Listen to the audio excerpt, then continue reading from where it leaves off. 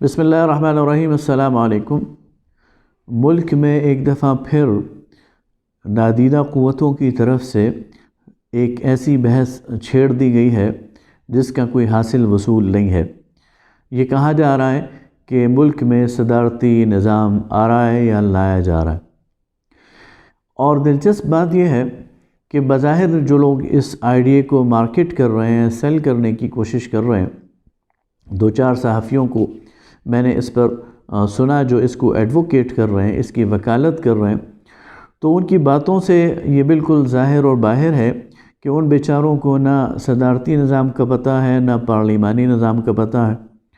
انہیں نہ یہ پتہ ہے کہ وحدانی ریاست کیا ہوتی ہے اور وفاقی ریاست کیا ہوتی ہے، اور نہ ہی انہیں اس بات کی درک ہے کہ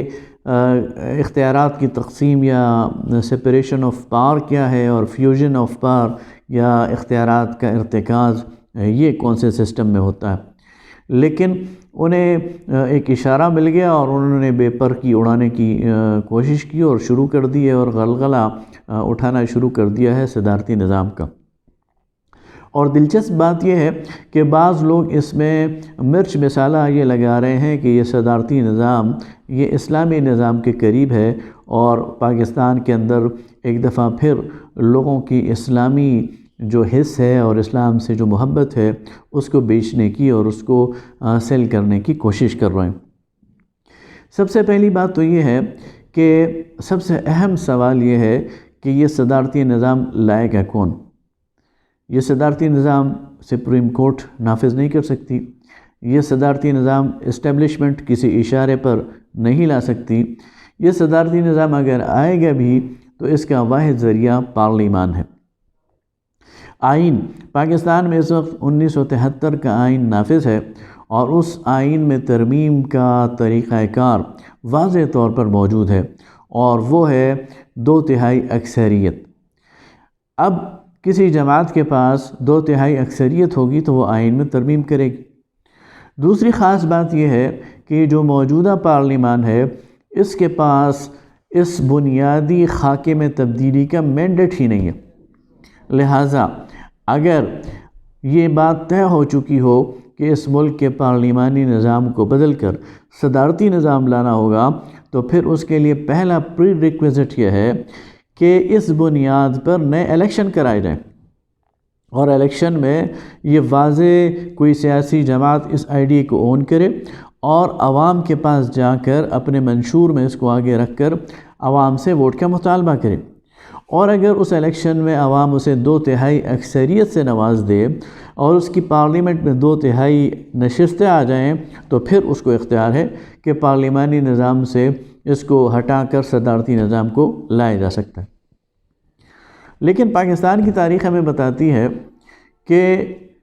صدارتی نظام بھی یہاں پر نافذ رہا ہے اور پارلیمانی نظام بھی یہاں پر نافذ رہا، اور دونوں نظاموں کے ذریعے اس ملک کو گورن کرنے کی کوشش کی گئی۔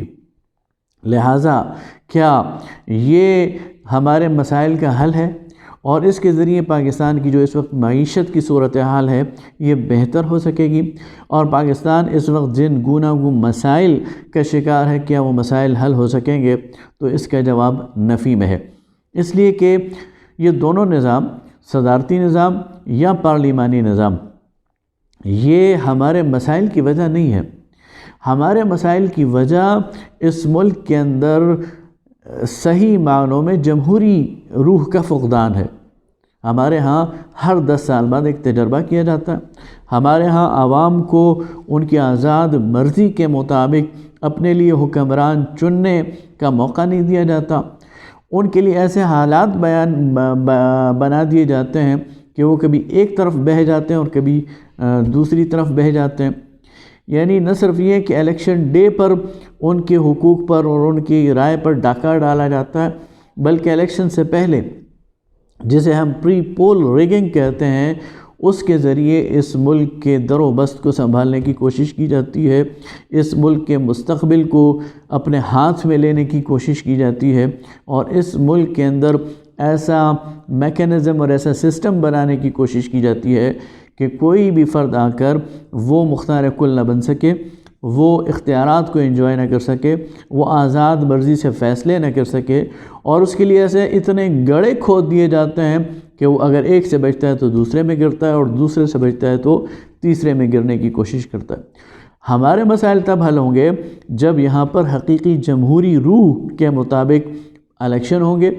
اور حقیقی عوامی نمائندگی ان کو آنے کا موقع دیا جائے گا، اور پھر وہ عوام کے مسائل کو حل کرنے کی کوشش کریں گے۔ ایسا نہیں ہو رہا تو ایسا 10 سال نہیں ہوگا تو مسائل 10 سال تک حل نہیں ہوں گے، اور ایسا 100 سال تک نہیں ہوگا تو مسائل 100 سال تک نہیں ہوں گے۔ لہٰذا ٹرک کے بتی کے پیچھے لگنے کے بجائے